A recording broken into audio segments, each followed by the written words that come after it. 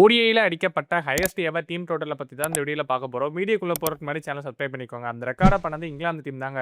நெதர்லாந்துக்கு அகைன்ஸ்டா 50 ஓவர்ல 498 ரன்கள் அடிச்சிருக்காங்க. 2022ல இங்கிலாந்துக்கும் நெதர்லாந்துக்கும் அகைன்ஸ்டா நடந்த மேட்ச்ல ஃபர்ஸ்ட் பேட் பண்ண இங்கிலாந்து டீம்ல ஜேசன் ராய் மட்டும் சீக்கிரமா அவுட் ஆவ, அதுக்கப்புறமா பில் சால்ட்டும், டேவிட் மலானும் பார்ட்னர்ஷிப் போட்டு நெதர்லாந்த போட்டு பொளந்து எடுத்திருப்பாங்க. சால்ட் 93 பால்ல 122 ரன்களும், டேவிட் மலான் 109 பால்கள்ல 125 ரன்களும் அடிச்சிருப்பாங்க. ஆனா உண்மையான புயல் இதுக்கு அப்புறம் தான் வந்துச்சு. ஜாஷ் பட்லர் வெறும் 70 பால்ல 168 ரன்கள் அடிச்சிருந்திருப்பாரு.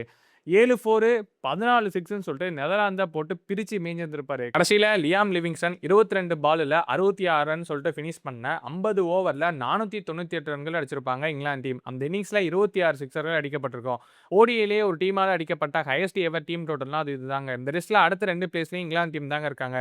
2018ல ஆஸ்திரேலியாக்கு அகைன்ஸ்டா 481 ரன்களும், 2016ல 443 ரன்கள் பாகிஸ்தானுக்கு அகைன்ஸ்டா அடிச்சிருக்காங்க. இந்த ரெக்கார்ட இதுக்கப்புறம் எந்த டீம் பிரேக் பண்ண சான்ஸ் இருக்குன்னு நீங்க நினைக்கிறத கமெண்ட்ஸ்ல சொல்லுங்க.